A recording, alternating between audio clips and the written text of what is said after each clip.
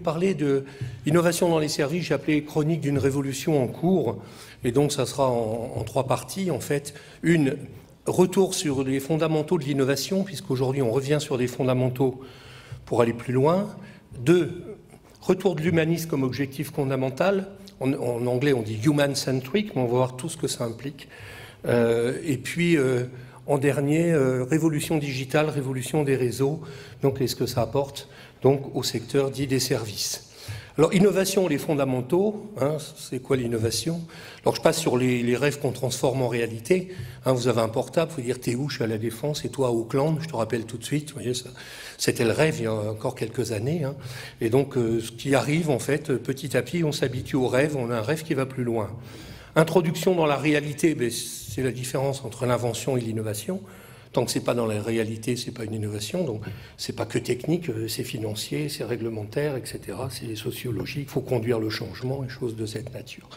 Mais là, je vais zoomer juste sur la définition la plus générique et la plus fondamentale pour voir que ça bouge dans les 3 éléments. Intégrer le meilleur état des connaissances. On va jeter un œil, c'est pas de la tarte.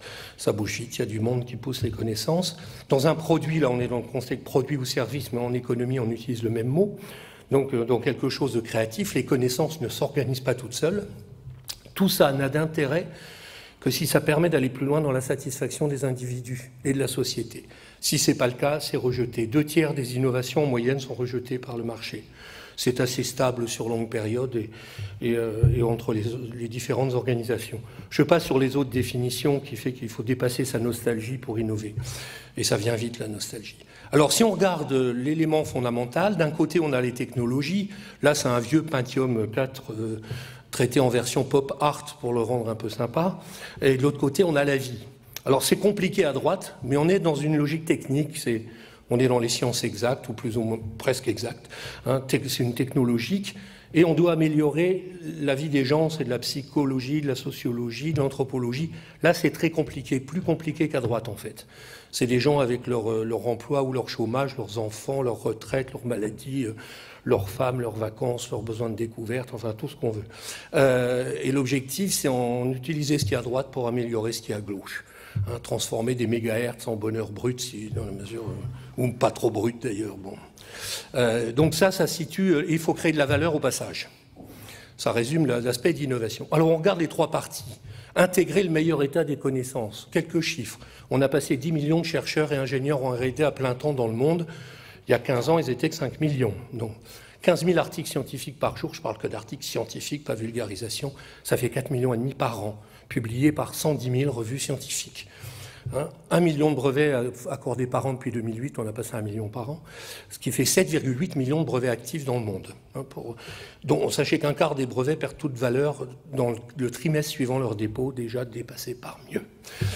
Il y a des domaines, en plus, on ne brevete pas tellement, donc 1000 milliards de R&D, et tout ça va être multiplié en 10 ans, pensez que ça prendrait 25 ans. Pourquoi? Les Chinois ont 1 million de chercheurs, ils en veulent 4 millions, tout à fait cessantes, ils ont les bonhommes et l'argent, les Indiens 650 000, ils en veulent 3,5 millions, je passe, Brésil, etc.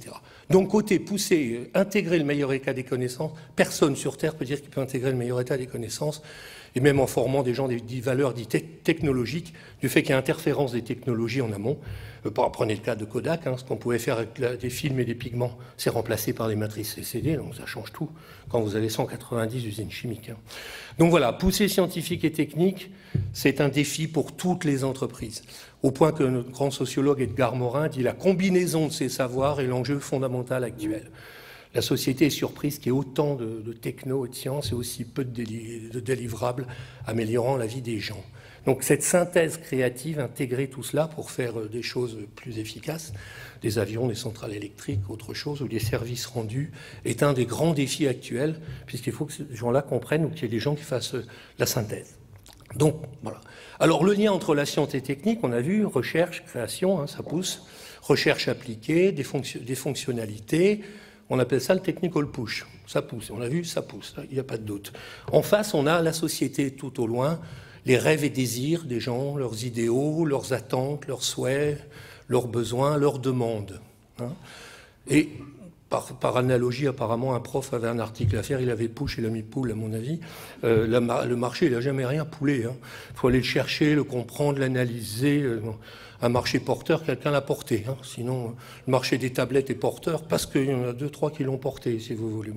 Donc c'est aussi compliqué que d'aller vers l'individu que d'aller vers les connaissances. Normalement, l'innovation, c'est mettre à disposition de ce qu'on peut faire de mieux aujourd'hui pour aller le plus loin possible dans un domaine donné au niveau des attentes et rêves des individus. Je mets rêve, le dernier avion de Boeing, on reviendra dessus, s'appelle le Dreamliner, hein, où j'en ai rêvé, Sony l'a fait, on tape à ce niveau-là, l'idéal. Ce point de ce qu'on peut faire idéalement à un moment donné, il se déplace assez vite dans le temps. C'est un point virtuel. Exemple tout simple, domaine de produit, vous voyez, 7 générations d'imprimantes. Pour ceux qui ont un peu de cheveux blancs, ils ont déjà connu 7. Hein, machine à écrire électrique, IBM à boule, machine à marguerite, machine à matrice, bulle d'encre, jet d'encre, laser noir et blanc, laser couleur. À chaque fois qu'il y a une mutation, on l'a annoncé comme une révolution. HP introduit la machine Matrix, révolution copernicienne. Je passe sur toutes les entreprises qui ont disparu au passage de l'une à l'autre. Les usines, IBM ne fait plus d'imprimantes, si vous voulez. Et vous voyez, ça a été vite. D'autant que chacun de ces produits, si vous le branchez, vous trouvez une vieille IBM à boule dans une armoire, ou une machine à marguerite, vous pouvez la brancher, elle démarre au quart de tour. Hein. C'est-à-dire qu'elle a une durée de vie encore très longue. Et c'est là que c'est-à-dire que le progrès des connaissances a entraîné une obsolescence. Ça a dépassé la durée de vie du produit. Et vous pouvez essayer de donner, vous dites on ne va pas garder ça, c'est Noël, je fais cadeau de nos vieilles machines imprimantes à matrice, une école à côté, vous verrez la tête de l'école. On ne va pas emmerder les gamins, un truc qui fait bzz bzz toute la journée. Quoi. Donc ça ne vaut plus rien. Bon. Donc c'est pas si évident, vous voyez, cette poussée, plus on pousse en amont et plus ça pousse au bout. Alors, côté société, on a eu intégré le meilleur résultat des connaissances dans quelque chose de créatif, on va voir. Vous mettez 50 équipes d'ingénieurs, des 50 standards à la sortie, hein, c'est-à-dire qu'il y a plein de façons de fournir quelque chose de nouveau, si vous voulez. Et au bout, il y a des personnes. Hein. Alors, voilà, humaniste, human-centric, retour massif de l'individu dans la société ou l'individu au travail, hein, ça peut être le pilote, le chirurgien, enfin, qui vous voulez, comme objectif fondamental et point de départ de l'innovation. Petit retour par la Renaissance, vous voyez ce dessin qui est le plus connu sur Terre, hein, human-centric. La Renaissance, ça va apporter le brevet d'invention, le venture capital, la conception séparée de la production, des ignos, et l'humanisme comme objectif. C'est en 4 parties, améliorer la condition humaine, améliorer la relation des hommes, sinon ils ont tendance à se taper dessus, améliorer la vie dans la cité, construire la cité idéale, améliorer la relation à la nature. On fonctionne sur ce système depuis, il n'y a rien à jeter à ce niveau-là. Sauf qu'on va pouvoir faire un pas en avant. Voilà, schéma qui représentait ça. Cité idéale, améliorer le corps, l'esprit, la connaissance, enfin, voilà. C'était révolutionnaire parce qu'avant c'était pour Dieu, on faisait des cathédrales, ou pour le prince, ou pour le roi, ou pour le militaire. Là, c'est l'homme, en tant qu'individu, quel qu'il soit. Alors, c'est dans cette relation à l'individu que se crée la vraie valeur de l'innovation. Vous savez, on dit faites des services à forte valeur ajoutée utilisateur.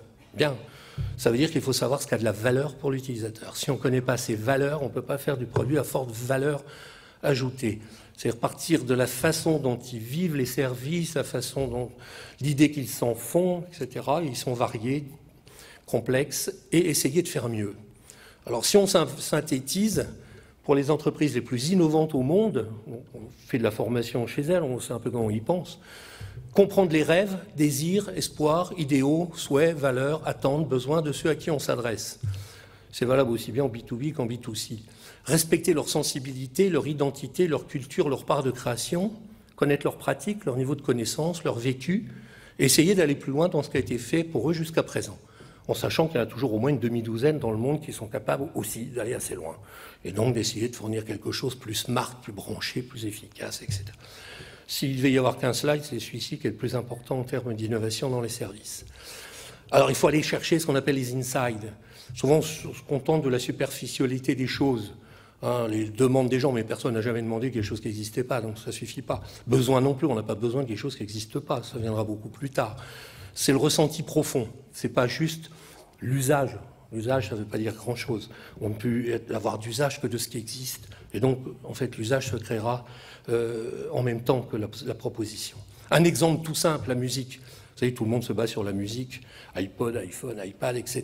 Meilleure définition de la musique, c'est Bernard Lavillier. Hein. La musique, c'est un cri qui vient de l'intérieur. C'est en aucun cas un usage de MP3. La musique préexistait, elle existera toujours. On pourrait dire aussi que c'est un usage des rouleaux de cire, que c'est un usage des cassettes, des bandes magnétiques. Non. Le pitch du iPod, hein, toute ma vie de musique sur moi, c'est clair. La musique, c'est important, ça vient de l'intérieur. Toute ma vie de musique sur moi. Ça aurait voulu dire 1 million de titres. On ne peut pas le faire tout de suite. 100 000, ça serait bien. 10 000, on peut tirer tout de suite. Ça fait déjà 4 heures de musique différentes par jour pendant 5 ans. Hein. C'est mieux que 12 titres sur un CD. Mais c'est parti de toute ma vie de musique sur moi. Et souvent on dit, faites attention, on le voit dans le grand public, mais je vais revenir sur le B2B. On dit, ah oui, mais mythique, c'est le marché du haut débit vers le... Non, non, c'est le marché de la solitude affective, ça n'a rien à voir avec le haut débit. Peut-être que le haut débit est une solution, mais c'est pas le marché du haut débit. C'est pareil pour Skyblog. Les enfants et adolescents français ont le plus de blogs au monde, plus que les Japonais, plus à cause de Skyblog principalement.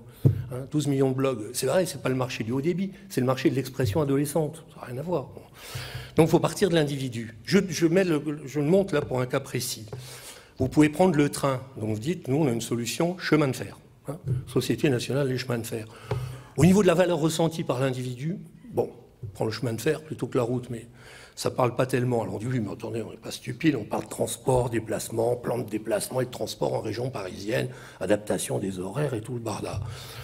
C'est encore pas terrible au niveau de la valeur ajoutée utilisateur intimement ressentie, si vous voulez. Quand on commence à parler de voyage, partir, arriver, oui, on part, on pleure, on se tape sur le dos, on arrive, on s'embrasse. Là, il y a du vécu derrière. Sur les, hein, on sait. Mais l'idéal, on part pour... Il y en a un poète qui dit que le vrai voyageur est celui qui part pour partir, mais il part aussi pour arriver, en fait. Rencontres, visites, vacances, aventures, découvertes, hein, etc. Terre d'aventure, détente, bref. Là, vous êtes dans les très hautes valeurs ajoutées utilisateurs et ils sont pas payés très cher. Plus on approche de l'individu, plus la valeur explose. Hein, et là, vous voyez, SNCF lâche des start-up à l'intérieur pour aller chercher ça, hein, dans le ressenti profond. Aujourd'hui, l'essentiel de la conception des services les plus innovants, c'est la conception d'expérience, ce que les gens ont vécu, hein, directement. Il y a une société de télécom française qui dit « on part de vous et ça change tout ». Ça change réellement de tout si on part réellement de vous. Hein. Bon. Je n'ai pas l'avis sur le service. Par ailleurs, alors il faut déjà aller chercher les ressentis profonds. En plus, ils bougent. On est dans une période où la société bouge vite. Là, c'est les valeurs montantes, porteuses, dans les relations services. Autonomie, transparence, sécurité, image de soi, etc. Alors on peut dire, moi je m'en fous, mais à ce moment-là on prend le courant à contre-pied, quoi. Hein. On rame, il faut ramer si on n'est pas dans le sens du courant, si vous voulez. C'est les valeurs montantes, il vaut mieux les accompagner et monter avec. Hein. C'est meilleur que l'inverse. Et puis il y a des valeurs collectives qui arrivent constamment, renouvelables, durables, éthiques, équitables, etc., écologiques, biodiversité, etc. Alors on peut dire, je rajoute un petit truc, c'est les fêtes, je mets une étiquette, on donne 10 centimes à Médecins du Monde si vous échangez votre vieux logiciel contre un nouveau logiciel, mais je dirais l'idéal c'est de l'intégrer réellement dans le service. Donc on est entre un secteur où ça bouge tout le temps, les connaissances bougent. La société, déjà, il faut aller la chercher loin et elle bouge. Évidemment, si on fait un point fixe et qu'on ne bouge pas, un peu de tectonique des plaques montre que ça va péter. Donc, il faut avoir reconfiguré la relation entre les deux. Et on est en ce moment en phase d'innovation révolutionnaire. En fait, les grandes vagues d'innovation, je ne vais pas en faire un cours historique, elles se passent toujours de la même façon. Il y a une longue période de révolution scientifique, ça bouge dans les mathématiques, dans la singularité, dans tout ce que vous voulez, ça ne frappe pas la population. Ensuite, ça débouche sur une innovation, une phase de révolution technologique. Alors là, ça bouge dans la techno, vous avez tout un tas de codes nouveaux sur la techno, on va voir une 50aine de techno nouvelles, par exemple, dans le domaine technologie de l'information, communication, intelligence. Ça déstabilise plutôt tout le monde parce qu'on ne sait pas trop, puis en plus, il y a plein de standards. Et à la fin, on a une période assez violente de synthèse. C'est-à-dire, comme on maîtrise toutes ces technologies nouvelles, au lieu juste de changer des anciennes briques par des nouvelles, on reconfigure complètement le produit. Et ça donne une impression de progrès. C'est à ce moment qu'arrive le progrès. Parce que je vais vous montrer des choses qui arrivent. C'est-à-dire qu'on passe d'une vision de l'innovation qui était linéaire, comme là, on améliore l'existant, par exemple, on passe du CD au DVD, c'est les mêmes rondelles, plus denses, on met de la vidéo au lieu de mettre du son. Là, c'est autre chose, on ne part pas de l'existant, on part de l'idéal, et on le dégrade, parce que l'idéal n'est pas atteignable directement. CD, iPod, vous voyez, il n'arrive pas, c'est pas un CD low cost, ou un CD HD, ou un CD premium. C'est rien à voir du tout. Hein, c'est quelque chose qui est beaucoup plus performant. Exemple, vous voyez, vu par les entreprises, ça c'était disque vinyle, ça c'est la cassette Philips. Vous voyez, il y a l'iPod qui vient de tomber du ciel, on va voir, c'est Dieu qui l'a envoyé en fait. Et donc Philips avait fait ça, Philips c'est ça. 3 fois Philips avait donné le ton. Et dans le dernier, avec le CD, à peu près en même temps que Sony. Là, il arrive un nouveau. Alors on dit, oui, il y a eu 3 ou 4 révolutions technologiques. Pour l'individu, pour la société, il n'y en a eu qu'une. Ça c'est 10 à 12 titres, ça c'est 10 à 12 titres, ça c'est 10 à 12 titres. Qualité, fonctionnalité, ça c'est 10 000 à 12 000. Vous pouvez les acheter, les voler, les échanger, les télécharger. Il y a 250 millions d'iPods dans le monde, aucun n'a les mêmes titres. C'est la fin de l'industrie du disque, c'est le début de l'industrie de la musique, en simplifiant. Ça, c'est, voilà. Et là, on repart de l'individu. En ce moment, il y a dans les tuyaux toute une série d'innovations révolutionnaires, je vous montre 5, juste pour voir ce qui déboule. Ici, par exemple, vous avez l'évolution du fauteuil roulant. Depuis celui de Danton, en bas, c'était le plus moderne du temps de la Révolution, vous pouvez tourner, tout ça, aller à la chambre. Après, vous avez de l'aluminium et du nylon. Après, vous commencez à faire avec des batteries, lithium-ion, métal, du carbone, des pneus basse tension. Vous avez celui qui est le plus avancé, celui de Segway, avec stabilisation 3 axes, etc., qui monte les escaliers, il se dresse sur les routes derrière et on monte, etc. Mais tout ça, ça vous donne que des fauteuils roulants. La révolution copernicienne, depuis 10 ans, c'est l'exosquelette. Vous voyez le jeune homme là-haut, il est paraplégique, qui part en randonnée dans la neige avec ses amis pendant 2 heures. Ça repart de l'idéal. L'idéal, c'est pas d'être sur des roulettes pour toute sa vie. Il y a 40 000 jeunes de moins de 25 ans qui sont paraplégiques ou tétraplégiques dans le monde suite à accident de moto, d'auto ou de sport. On dit pour toute ta vie sur un fauteuil roulant. Non, ce n'est pas l'objectif. L'objectif, c'est de retrouver la position verticale. C'est comme ça que l'homme a été conçu. Et vous voyez, il ne fait pas handicapé en plus. Et un tiers du sac, c'est pour l'énergie. Si vous travaillez tous les matins avec les gens qui ont des fauteuils roulants, que vous êtes dans tous les hospices et vous analysez comment ils fonctionnent et leurs usages, vous ne ferez jamais l'exosquelette. L'exosquelette, il repart d'une vision. Il repart d'un idéal. C'est juste ça qu'il faut voir. Le risque, c'est de faire le meilleur CD du monde au moment où on passe au MP3. Ça arrive à Sony. Ici, vous voyez, cœur artificiel, 25 ans d'R&D, enfin 26 maintenant. Et il y en a 5 aux bandes qui tournent depuis longtemps. Les premiers sont implantés l'an prochain. C'est révolutionnaire. Je passe sur le nombre de technos qui convergent. Objectif 12 millions dans les 30 ans à venir. L'idéal, c'est pas d'attendre que quelqu'un d'assez jeune se tue ce week-end pour lui piquer son cœur. Voilà. L'idéal, c'est de faire comme avec les fausses dents, un faux cœur, il est prévu pour fonctionner 25 ans. Et dès les premiers, ils sont 40% moins chers que ce qui existait. Ça n'arrive que quand on maîtrise parfaitement toutes les technologies constitutives. C'est pour ça que ça arrive en dernier.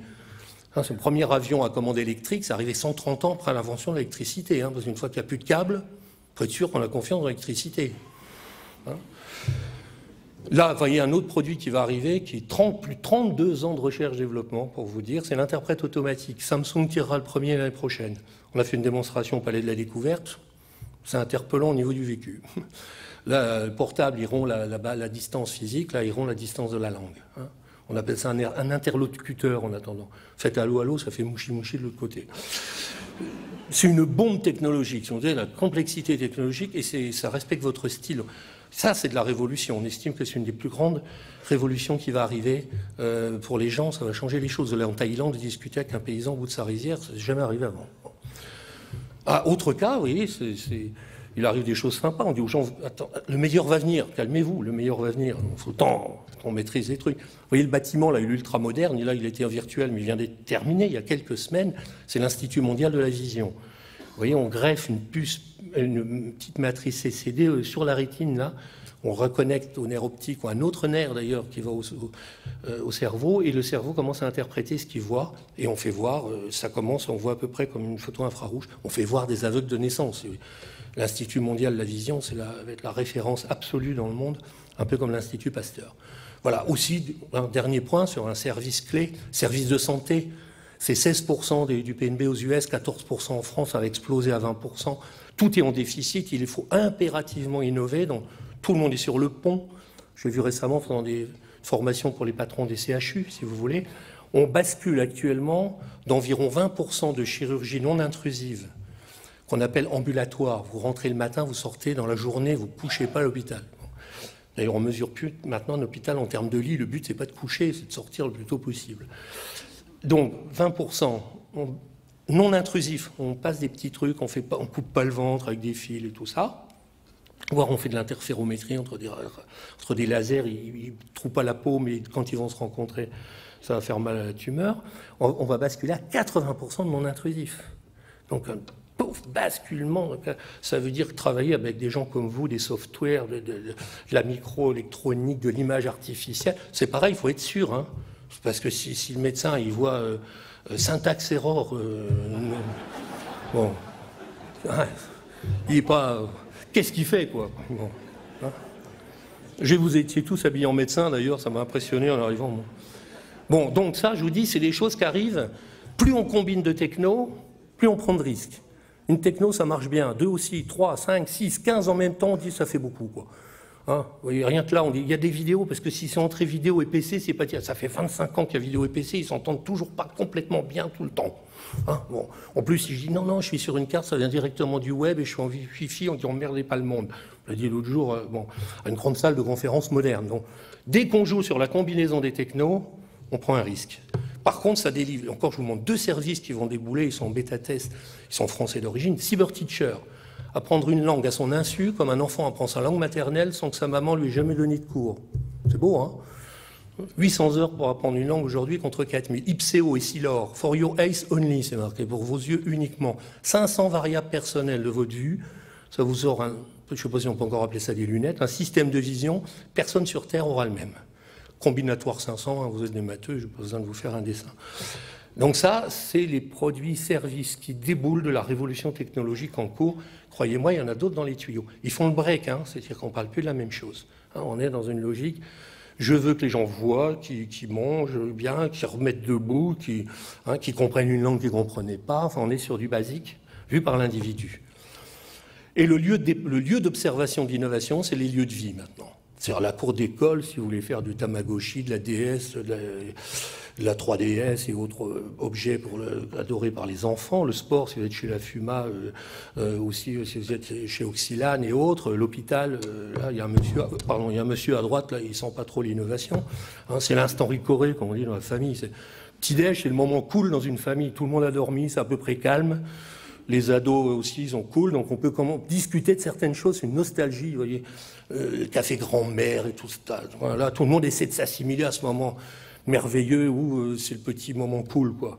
Hein, la salle d'opération, je vous dis, où il y a tout le monde, le bureau, c'est de là que ça part aujourd'hui. Par exemple, en Finlande, qui est un des pays les plus innovants, c'est eux qui ont introduit le concept de Living Lab, qui est devenu n'importe quoi d'ailleurs avec la commission. Mais bon. C'est de partir du lieu. Ici, par exemple, c'est considéré comme la maison de retraite la plus innovante au monde. Vous voyez tous les partenaires qui sont regroupés pour essayer d'avoir là ce qu'on peut faire de mieux pour des personnes âgées, et après on pourra le reproduire ailleurs. Un peu comme l'aéroport d'Helsinki aussi, vous avez une quinzaine de services qui en font l'aéroport préféré dans le monde. Il y en a d'autres que vous avez vu qui ne sont pas préférés, donc il y a un petit peu de boulot à faire. Bon, ça c'est au niveau du vécu, on dit, mais pourtant, si vous saviez les investissements qu'on a fait, les services qu'on a mis, ah oui, mais la seule chose qui compte, c'est le vécu. Hein. C'est le ressenti profond, c'est l'expérience que l'on a eue. On dit, oh là là, c'était terrible. Hein, on arrive avec les valises, bon. Le mec, il n'a pas vu qu'il y avait... Alors, exemple, je vous le montre, on vous a montré tout à l'heure, la cité idéale. C'est un des objectifs. À chaque vague d'innovation, on veut rebâtir la cité idéale. La ville la plus innovante du monde, elle a reçu tous les prix, moi j'en ai remis au maire de Helsinki, Innovation Dynamis, ville la plus innovante au monde. Ils mettent ville d'Helsinki, roadmap 2050, route vers la cité idéale. Alors, je ne sais pas, dans votre entreprise, vous dites, tiens, je vais faire un plan 2050, vous allez voir. Bah, il y aura attends, déjà en ce moment, puis il y a les élections générales et tout le bordel. Ah, déjà, bon, 2013, 14, 15, 2050, t'as fumé là, enfin, je sais pas. Bon, mais dans quel sens croyez-vous que ça se lit, ce programme, auquel participent 50 000 personnes et organisations? Il se lit dans ce sens-là. C'est-à-dire l'objectif, on a mis 2050, parce que c'est quelle ville on va laisser à nos enfants? Quelle serait idéalement la ville? Et si on veut un grand forum central, comme il y avait à Athènes, où on se retrouve et tout, c'est maintenant qu'il faut faire des options sur les terrains quand ils se libèrent. C'est un rétro-planning. C'est exactement comme dire, toute ma vie de musique sur moi, on ira 1 million de titres, et là on a tout, tous les Beatles, tout Mozart, Köchel 237, tout ce qui vient de sortir la semaine dernière, tout, clair, sans bavure, hein. Mais tout, ça fait un peu gros quand même pour l'instant. Donc 10 000, première étape vers tout. Là c'est pareil, ça se lit dans ce sens-là. Hein. Alors, et en ce moment, tous ceux qui balayent tout sur leur passage c'est ceux qui ont ces démarches, je l'ai vu chez Google, chez Apple, chez plein d'autres entreprises comme ça. C'est quand, moi j'avais travaillé pas mal dans l'observation de la Terre, quand Google a dit, le plus simple c'est de numériser toute la planète à partir de là. L'autre a dit, numériser toute la planète. L'armée américaine, en 25 ans, elle a fait 20%. Hein. Donc vous voyez, oui, ils l'ont fait. Hein. C'est ça, c'est qu'en plus ils l'ont fait. Donc, révolution digitale, révolution des réseaux. Vous voyez ici, human-centric, ce n'est pas le petit bonhomme de Léonard de Vinci, mais là, vous connaissez ça sur le web. Vous avez une cinquantaine de technologies liées aux techniques d'information, web, réseau, Ajax, Wikis, etc., hein, et autres RSS. Évidemment, le monde futur ne va pas se définir autour d'Ajax. Déjà, beaucoup croient que c'est une lessive en dehors de votre domaine, mais en plus, ça évoluera, il y aura d'autres choses, ou sur RSS. L'intérêt de toutes ces technologies, c'est d'améliorer la vie des gens. Et quand on maîtrise comme ça une quantité techno, on remet l'individu au milieu, human-centric, ou la collectivité, pour délivrer une valeur exceptionnelle qu'on n'avait pas avant. Vous voyez, remettre debout quelqu'un qui ne marchait pas. Alors ici, je vous mets juste, c'est pour montrer le nombre de technos qui déboulent. On ne va pas les balayer, mais regardez, inventaire rapide, non exhaustif des NTIC en révolution rapide. 57. Hein, je passe. Hein. Alors, si on parlait de chacune, on serait de là encore demain matin. Hein, bon. Ici, vous voyez, pour le web, tout ce qui a bougé, hein, pour vous dire, au niveau des technos, au niveau des applicatifs, au niveau des formats, au niveau des standards, ça pousse, quoi. Technological push, évolution web 2.0, 3.0, je ne vais pas vous faire une analyse détaillée de cela. Mais on a, en fait, dans le domaine, si on prend simplement technologie de l'information et de la communication, 57 à 59, suivant que les gens chipotent si c'est la même chose ou pas, technologie nouvelle, en évolution très rapide. C'est-à-dire certaines gagnent 10% par an, certaines gagnent plus de 100% par an. Quand on est passé à la technologie DWDM sur les câbles en fibre optique, on a multiplié par 100 la capacité en une année, hein, en envoyant tout le spectre lumineux plutôt qu'un rayon. Donc tout ça bouge à toute vitesse. En quoi ça touche sur tous les services? Ici, je vous ai mis certaines technologies, mémoire vive, intelligence artificielle, moteur de recherche, conception assistée, système expert, langage universel, image de synthèse, traducteur, etc. Le problème qu'il y a, enfin c'est pas un problème, c'est aussi une solution, c'est que si vous mettez il y a 25 ans, la mémoire, l'intelligence, la recherche, la capacité de recherche, la conception, l'expertise, le langage, la synthèse, la traduction, c'était exclusif du cerveau humain. C'est-à-dire qu'on n'avait rien d'autre qui faisait ça. On avait une machine qui remplaçait les muscles, mais pas ça. Et mémoire, c'est pas de la rigolade. Hein, si on met, je sais pas quoi, Banks sur Google, ça vous met 484 millions de documents trouvés, recherche faite en 0 seconde 02. C'est rapide quand même, comme classement mémoire. Quand vous voyez le temps, enfin il y a des anciens, le temps qu'il fallait à la bibliothèque Sainte-Geneviève pour avoir un bouquin. Bon, donc c'est très... Alors, ce qui se passe, c'est que on est sur le territoire de l'intelligence humaine, c'est ça. Ici, vous voyez le cerveau primaire qui est commun avec les dinosaures, là, tout en bas, les trois petits blocs bleus. Avec 5 secondes de mémoire seulement, ça sert juste à manger, se battre et se reproduire. C'est vite fait. Bon. Après, oui, mais si on termine tard, vous direz quand est-ce qu'on mange, et si c'est en fin de soirée, vous penserez à vous reproduire. Ça revient toujours là. Après, il y a le cerveau mammaire, le petit rond bleu, qui rend sympa, on s'occupe de ses enfants, on a le sens de la famille. Tout ce qui est orange, c'est le néocortex, c'est que de la com. C'est uniquement des technologies de l'information, de la communication, de l'intelligence. Identification, traduction, tout, même chose que vous faites dans vos bécanes. Hein. Donc, ici, si vous voulez, si vous aviez un neuropsychologue à ma place, il vous dirait, nous, on sait très bien où c'est dans le cerveau, la mémoire. On sait la logique aussi, le calcul aussi, la recherche, le tri, le classement, identification. Il y a des gens qui ont reçu une balle à un endroit, ils ne reconnaissent plus leur mère. Parce que tout le monde sur Terre a 2 yeux, un nez, une bouche et 2 oreilles. Hein. Donc, on ne s'aperçoit pas qu'on a en fait un outil très précis pour arriver à identifier. Hein. Quand on veut le reproduire, c'est assez sophistiqué. Sélection, évaluation, traduction, reconnaissance. C'est-à-dire que ces techniques-là sont strictement sur le terrain de l'intelligence humaine. Et elles gagnent tous les jours.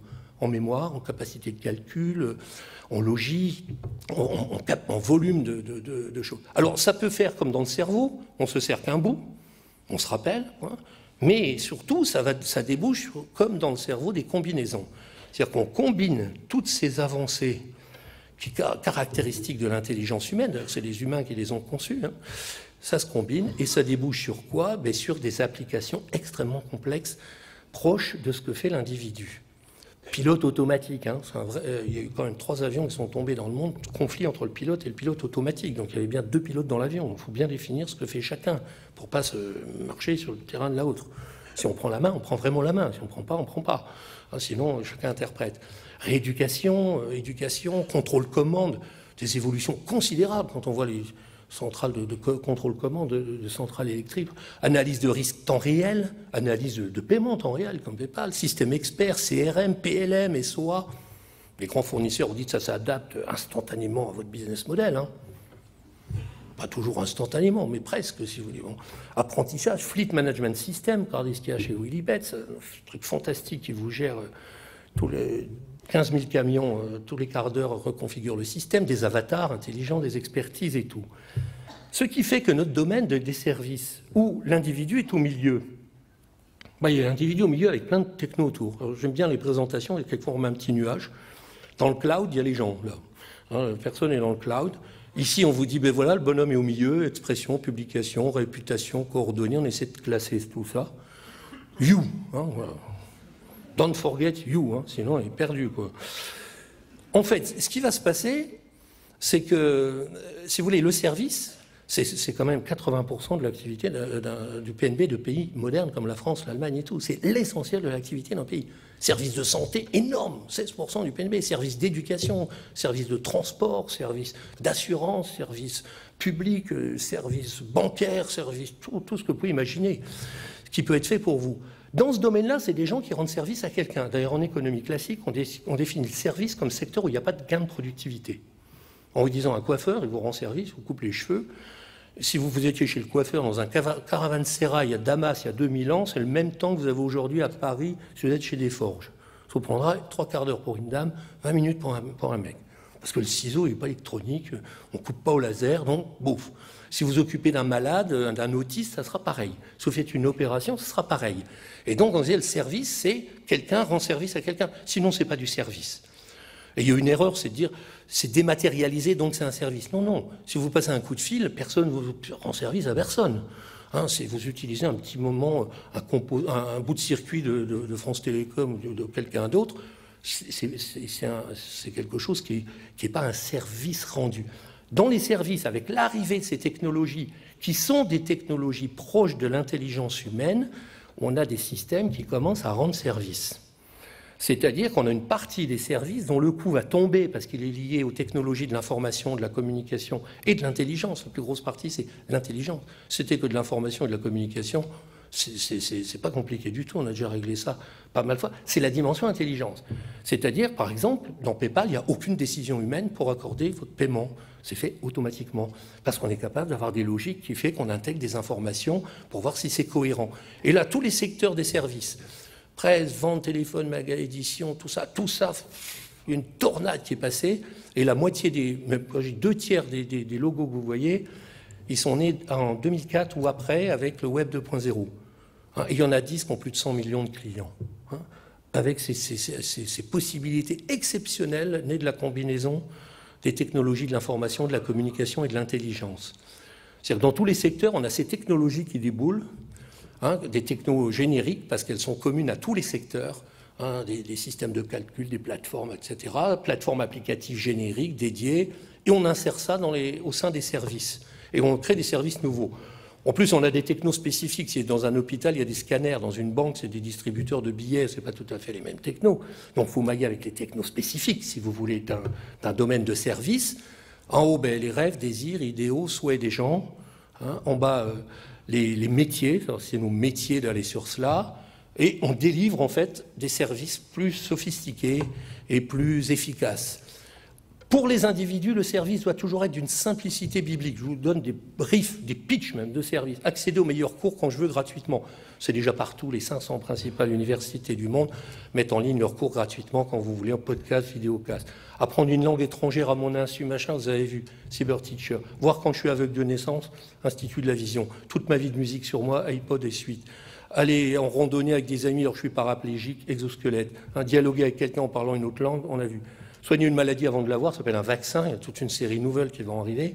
Hein, éliminer définitivement une maladie chronique, ça c'est grâce à des technos qui sont moins dans votre domaine, plus sur la génétique, être opéré sans opération, ainsi de suite. C'est-à-dire que vu par l'individu, le nouveau service est extrêmement simple. Il est compliqué pour ceux qui le conçoivent. Et cette simplicité est déterminante. nous, on a des bases de cas d'innovation, beaucoup, parce qu'on forme des gens dans le monde entier. Sur 3000, on n'a jamais vu un seul service plus compliqué à utiliser par les gens à qui on s'adresse qui a été un succès.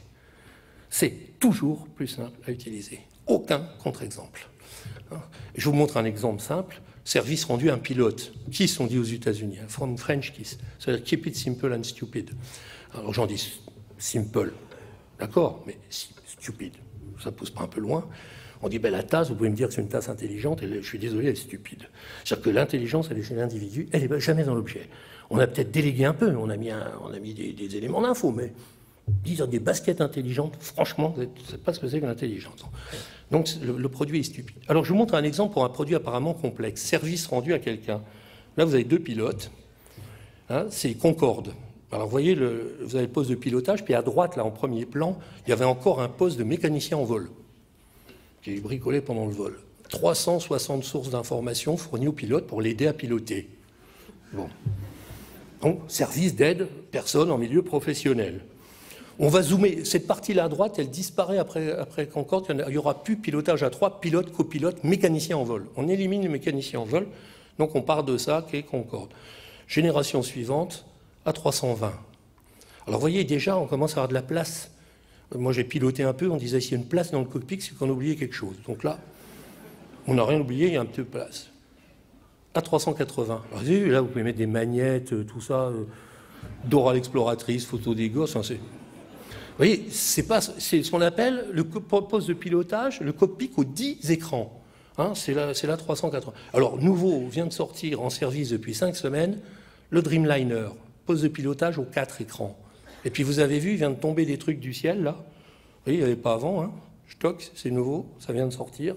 Affichage tête haute, comme dans les avions de chasse. C'est-à-dire que pour ne pas baisser les yeux tout le temps, aux proximités des trucs qui est sombre et regarder loin la lumière qui est vive, on remonte tout devant les yeux, c'est-à-dire qu'on va éliminer ce qui est en bas, de telle sorte qu'on a ce dont on a besoin. Et vous avez vu, c'est dans ce sens-là. Hein, Concorde, c'était moins compliqué que ça. Hein, et toujours, on n'a pas vu de cas, nous, que l'utilisateur, pour lui, ce soit plus compliqué, même s'il y a plus de performance. Ça, c'est un absolu, si vous voulez. Parce qu'il a aussi d'autres choses à faire, il ne va pas se prendre la tête. Hein, c'est joystick. Ça va au point qu'il y a des pilotes de ces avions-là qui volent en Cessna 172 de week-end pour piloter, quoi. Pour être moins de joystick, si vous voulez. Bon. Vous voyez, EasyJet, ça veut dire facilité à voler. Hein, c'est pas Ryanair, hein, c'est pas un low cost de chez low cost, hein, c'est low cost, medium price, high profit. Hein, c'est pas tout à fait.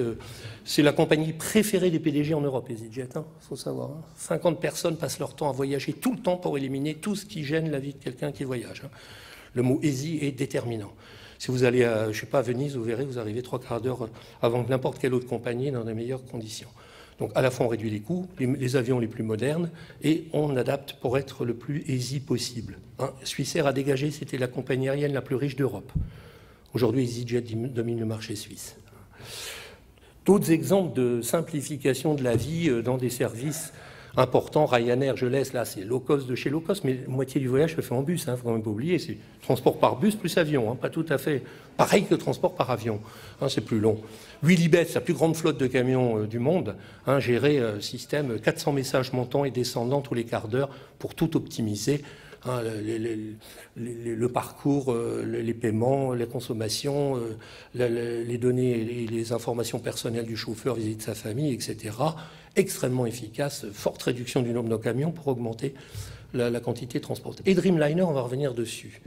Aussi, ben voilà, des systèmes maintenance en ligne, préventive, hein, donc beaucoup moins de délai pour stopper le matériel quand on le réutilise.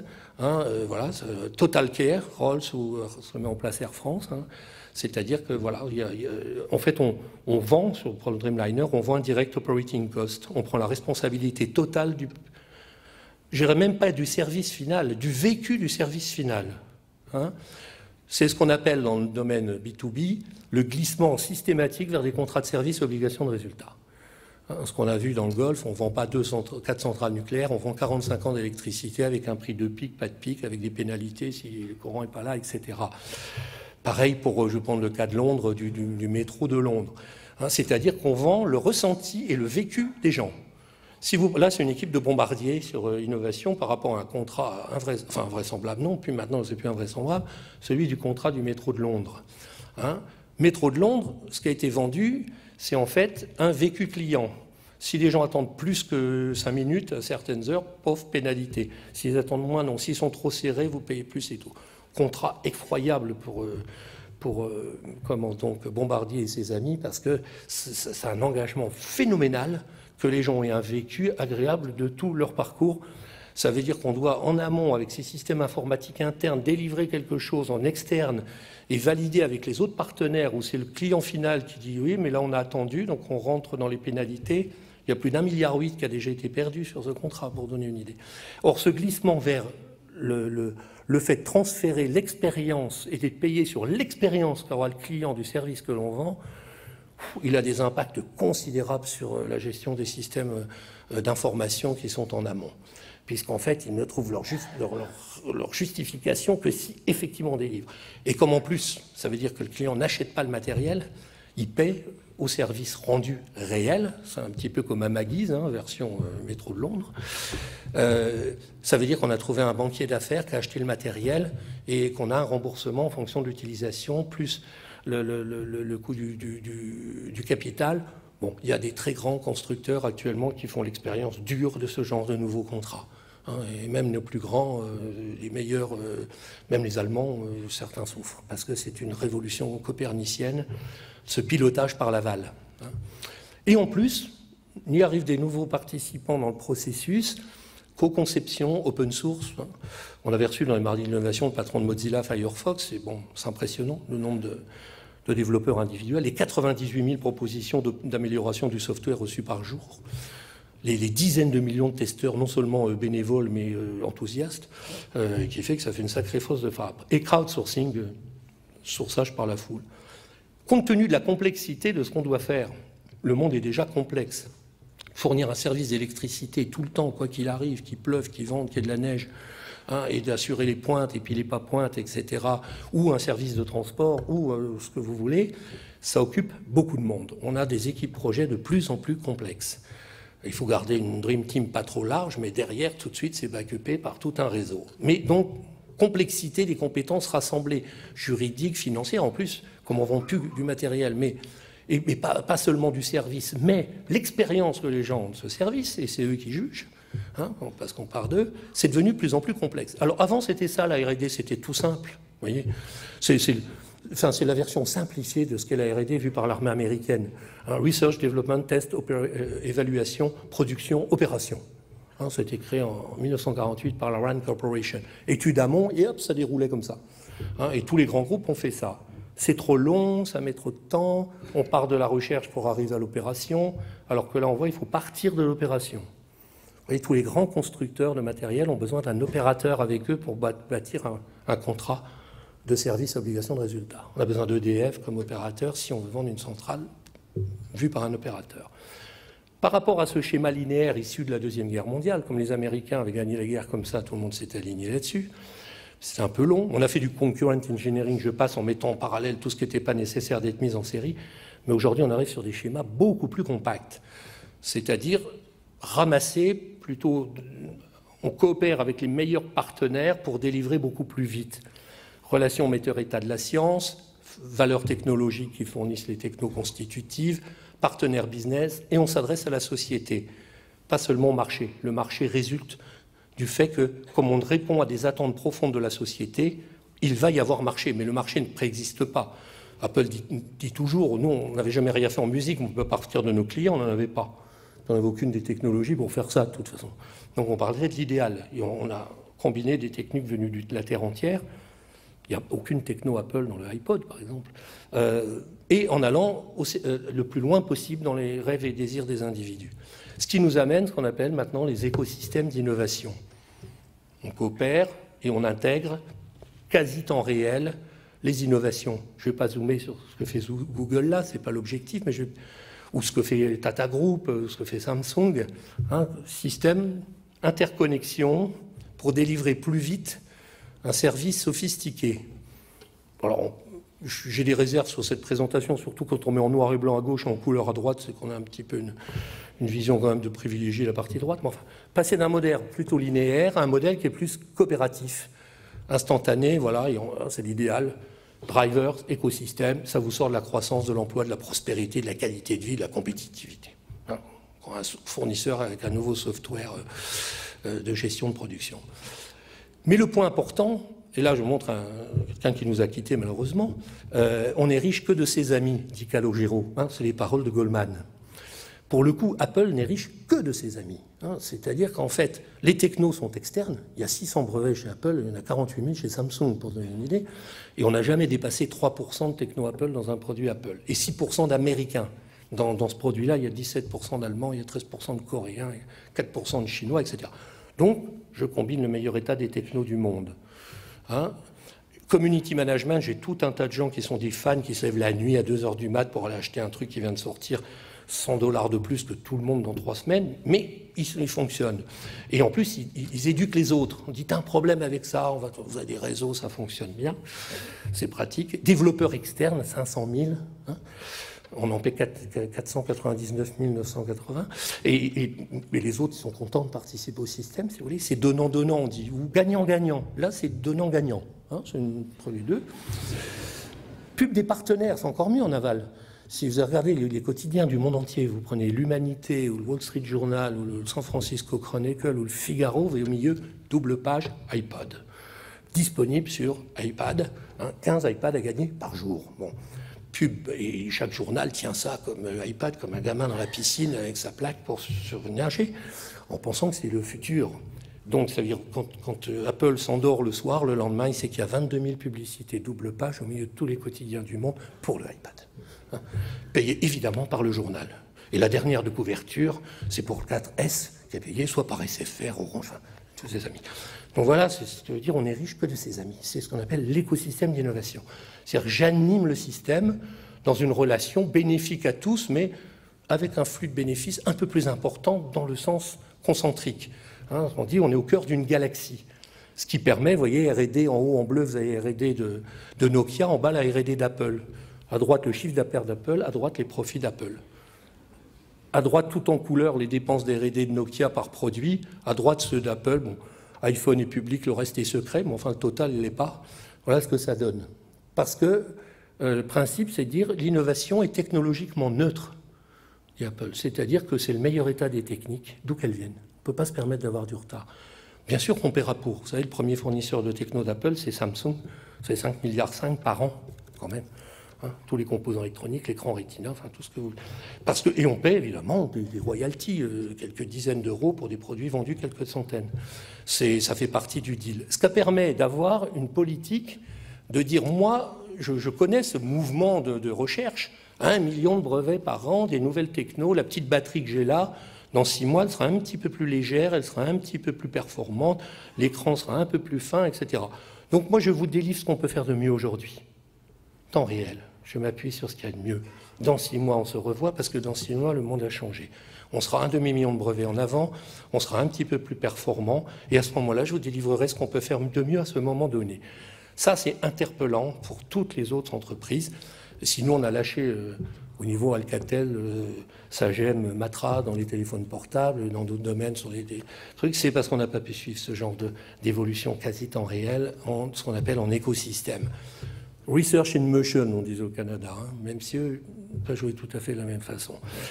Donc ça veut dire, moi, je suis l'organisateur et je pars de l'individu. Vous ne pouvez pas faire plus human-centric qu'Apple. Application d'une entreprise française à vocation de leadership mondial. Ici, on parlait de l'individu. iPhone, on dit 400 000 choses qui convergent vers moi, un peu comme dans le dessin de Léonard de Vinci. Là, on va parler de la société. Vous ne pouvez pas lire ce qui est autour, mais ce n'est pas grave. On part d'un schéma là qui est l'idéal de l'habitat humain. L'idéal vu par qui? Les urbanistes, les sociologues, les anthropologues, qui vous dit l'homme, idéalement, il a toujours voulu vivre comme ça. Proximité de la nourriture, de la nature, de la communication, de son travail, etc. Et à ce moment-là, il y a un équilibre quasi parfait. Bien, je pars de ça, c'est l'idéal. Hein, j'en tire. Qu'est-ce que je dois intégrer si je dois construire une ville nouvelle ou un quartier nouveau? Au niveau de la communication, au niveau du réseau, au niveau des services disponibles dans la ville. Et en ayant travaillé ça, j'en déduis une offre. Je zoome, C'est-à-dire, voilà ce que je vais offrir pour mes villes nouvelles. Énergie, eau, services, biodiversité, mobilité, etc. C'est l'offre de Bouygues Immobilier. Pour faire ça, au meilleur état de l'art, comme Apple, si l'on veut, mais il va falloir intégrer le meilleur état des technos. Quatrième temps, je passe un accord avec les meilleurs fournisseurs de techno du monde pour avoir la meilleure offre correspondant à l'idéal de l'habitat humain. Et je commence à vendre des quartiers complets, voire des villes complètes dans d'autres pays. Et là, je vais chercher Cisco, Microsoft, Orange, Google, Samsung et tout, les gens de l'énergie, des partenaires. Il y en a d'autres où il y a aussi Casino, parce qu'il faut fournir de l'alimentation, Somfy qui gère, etc. Donc on voit, on part bien, comme on le voyait à Helsinki, de l'idéal, de l'optimum. Ça s'appelle des démarches d'idéalisation. Et à partir de ça, je vais bâtir quelque chose qui intégrera ce qu'on peut faire de mieux aujourd'hui. Et je mets en concurrence les fournisseurs des technologies, bien sûr, pour avoir ce qu'il y a de mieux. Et je suis le maître d'œuvre, celui qui délivre le service et qui est engagé longtemps pour que le quartier fonctionne ou que la ville fonctionne, avec l'énergie, la gestion des déchets et tout ce que l'on veut. Donc c'est des démarches. Dernier cas, le Dreamliner, qui vient de sortir. Alors d'une part, il est complexe et sophistiqué au niveau des partenariats R&D, au niveau de la simplification de plein de choses. Il n'y a que 15 Innovation Team Partners, que 1200 fournisseurs au lieu de 3008. Finaux jusqu'au tissu des sièges, 6000 au lieu de 30 000 sur le dernier avion de Boeing.